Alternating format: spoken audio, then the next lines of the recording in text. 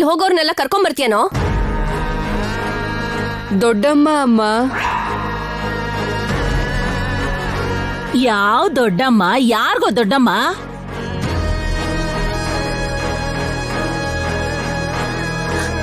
ಚಿಕ್ಕ ಮಕ್ಕಳ ಮನಸ್ಸು ಹಾಲಿನ ಹಾಗಿರುತ್ತೆ, ಹಾಗೆಲ್ಲ ಹೇಳ್ಬೇಡಿ. ಅಬ್ಬಬ್ಬಾ, ಮನಸ್ಸಿನ ಬಗ್ಗೆ ನೀನೇ ಮಾತಾಡ್ಬೇಕಮ್ಮ.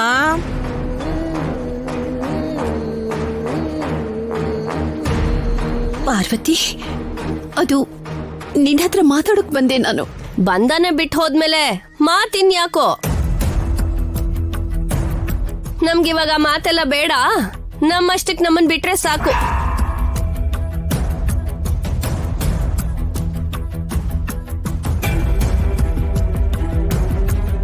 ಅದ್ಕೆ ಶಿವರಾಜ್,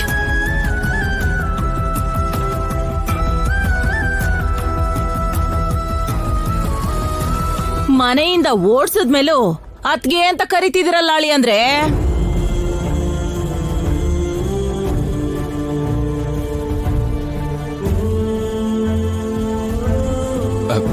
ಏನತ್ಗೆ ಬಂದಿದ್ದು?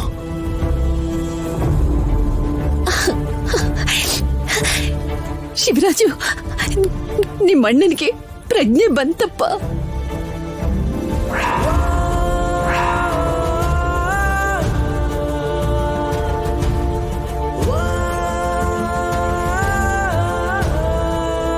ಅವರು ಕಣ್ಣು ಬಿಟ್ಟ ತಕ್ಷಣ ಮೊದಲು ನಿನ್ನ ಹೆಸರನ್ನೇ ಹೇಳಿದ್ದು ಶಿವರಾಜು.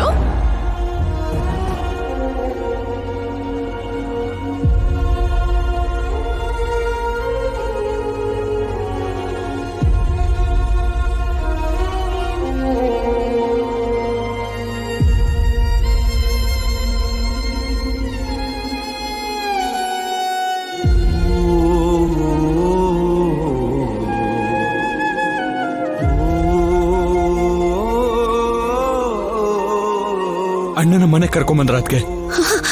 ನಾಳೆ ಅವರನ್ನ ಮನೆಗೆ ಕರ್ಕೊಂಡು ಹೋಗ್ತೀವಿ ಅಂತ ಕೇಳಿದ್ವಿ, ಅದಕ್ಕೆ ಡಾಕ್ಟರ್ ಕರ್ಕೊಂಡು ಹೋಗ್ಬೋದು ಅಂತ ಹೇಳಿದ್ರು.